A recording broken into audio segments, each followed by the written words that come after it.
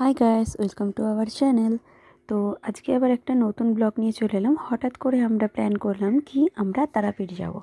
তো ট্রেনের জন্য ওয়েট করছিলাম, আর তখনই এখানে বন্দে ভারত ট্রেনটা দাঁড়িয়েছিল। তো সেই কারণে একটু সামনে দেখতে যাচ্ছিলাম। তো এটা ছিল বন্দে ভারত, সবাই দেখেছো, বাট তবুও আমি দেখেছি বলে আমি শেয়ার করলাম তোমাদের সাথে। তো ট্রেনটা প্ল্যাটফর্ম ছেড়ে চলে গেছে। তো দেন এখন আমরা ওয়েট করছি যে আমাদের ট্রেনটা কখন আসবে। তো চলো, আমাদের ট্রেন এসে গেছে। তো আমরা এখন ট্রেনে উঠে পড়ব। তো দেন চলো ট্রেনে উঠে সবাইকে দেখাবো। এখানে সবাই ওরা দাঁড়িয়ে আছে, আমরা সবাই একসাথেই যাব। আমরা আমার ছোটো ননদ, শাশুড়ি, ঈশা, প্রিয়াংশু, আরোহী, আমরা সবাই একসাথেই যাচ্ছি তারাপীঠ। চলো ট্রেনে উঠে যাচ্ছি।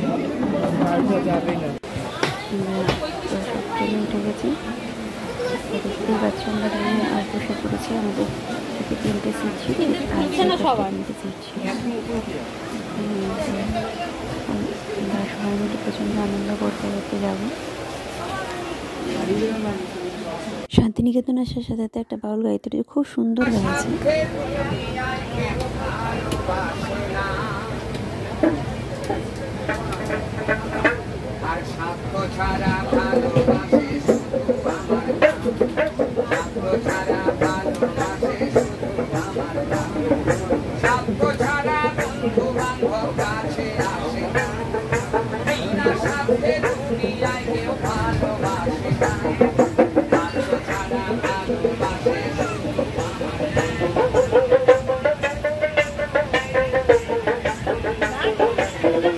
মামি তোমায় বলছে না আসতে।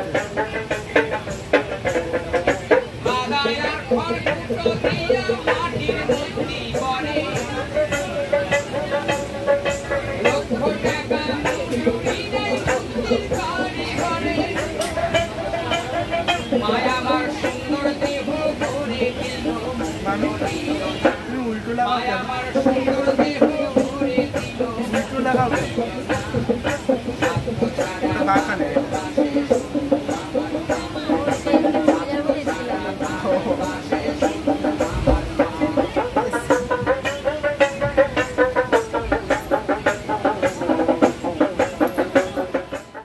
গ্যাস একবার স্টেশনটা দেখো কতটা নির্জন, আর দেখেই কেমন একটা ভয় লাগছে। গাছ চমচম করা পরিবেশ, দেখো একটা মানুষ নেই। তাই দেখে তোমাদের সঙ্গে শেয়ার করলাম জিনিসটা।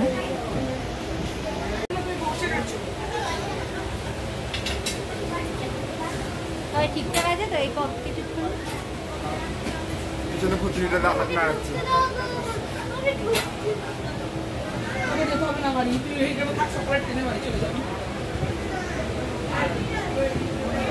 পিছনের বেশ সিটগুলো ভালোই লাগছে দেখতে। হ্যাঁ, পিছনের সিটগুলো দেখতে ভালোই লাগছে। তো আমরা পৌঁছে গেছি, এখনই নেমে যাবো ট্রেন থেকে। চলো। না না, হ্যাঁ ওটা ছিঁড়ে গেছিলো, ওর জন্য ওরকম করে।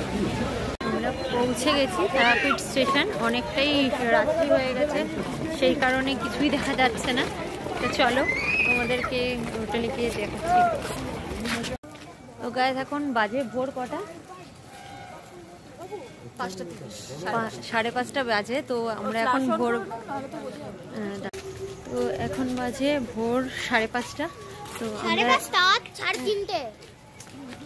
আমরা এখন মন্দিরে যাচ্ছি পুজো দিতে।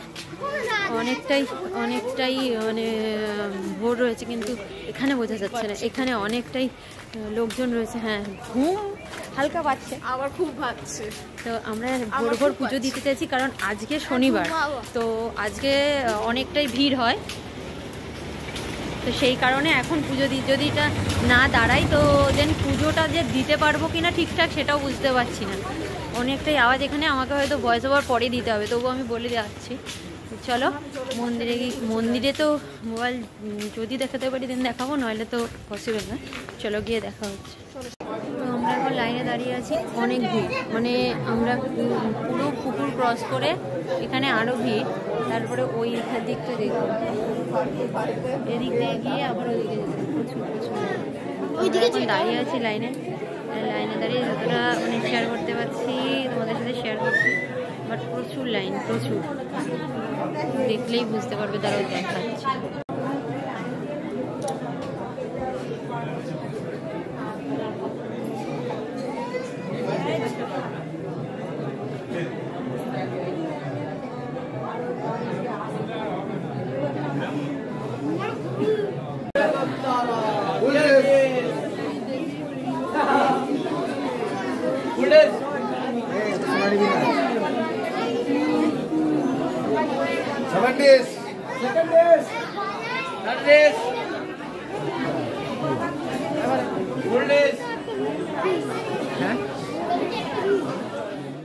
অবশেষে আমরা মন্দিরের কাছাকাছি একটু পৌঁছেছি।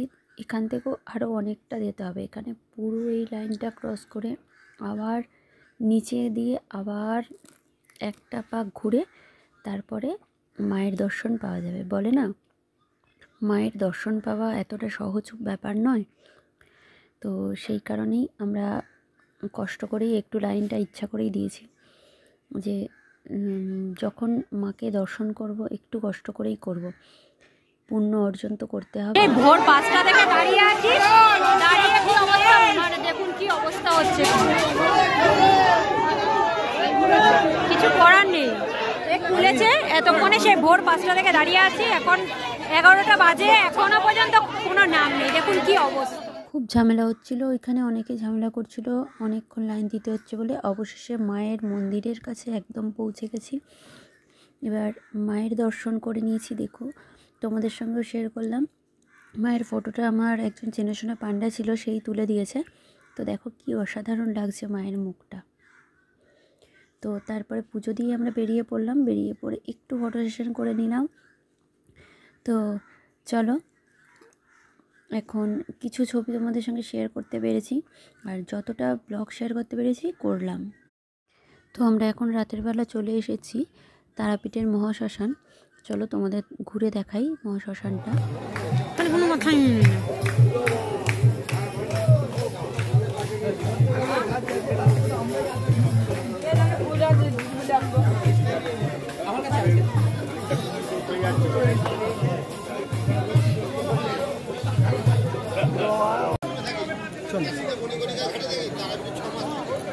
এখানটা একটু ছবিটা তুলে নি, এদিক দিয়ে তুলে দেন। হ্যাঁ দাঁড়া, এদিকটা ছবি।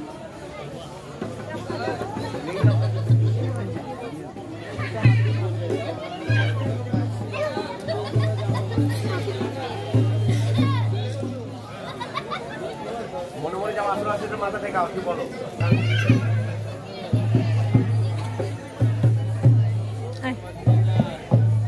এখানে দেখ, এরা গান করছে, এতক্ষণ ভালো করছিল, এখন আর না, এই সাইড ওটা এমনি যাচ্ছে। এই সাইডে যাবো, এই সাইডে ফিরে আসবো। যেখানে মনে হয় কে যাবে।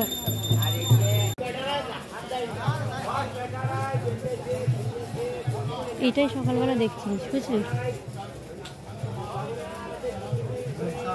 হ্যাঁ তুলছে তো। চল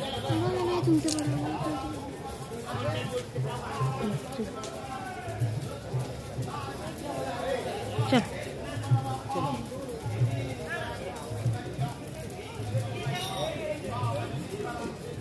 বোন এদিকে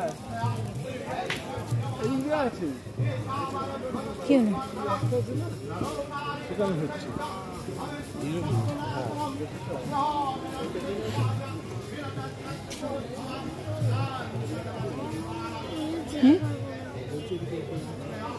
এই এখান দিয়ে বেরিয়ে যাবো। তো চলো, সেদিন রাতে আর কিছু ব্লগ করার মতো পাইনি বলে আর ব্লগ করা হয়নি। তো পরের দিন সকালবেলা আমরা তারাপীঠ ছেড়ে বেরিয়ে পড়েছি। আর এইটা হলো তারাপীঠের মেন গেট, যারা তারাপীঠ এসছো সবাই জানো এই গেটটা। তো চলো, আমরা এখন বেরিয়ে পড়লাম। তারাপীঠের ব্লগ আশা করি এই পর্যন্তই। তো স্টেশনে এসে দেখছি যে স্টেশনে 8 ঘন্টা ট্রেন লেট। তো দেন আমরা ওয়েটিং রুমে বসে আছি, এখানে আরও শুয়ে পড়ছি, আর ওরা সবাই পিছনে বসে আছে। তো আজকের মতো ব্লগ এখানেই শেষ করলাম, টাটা।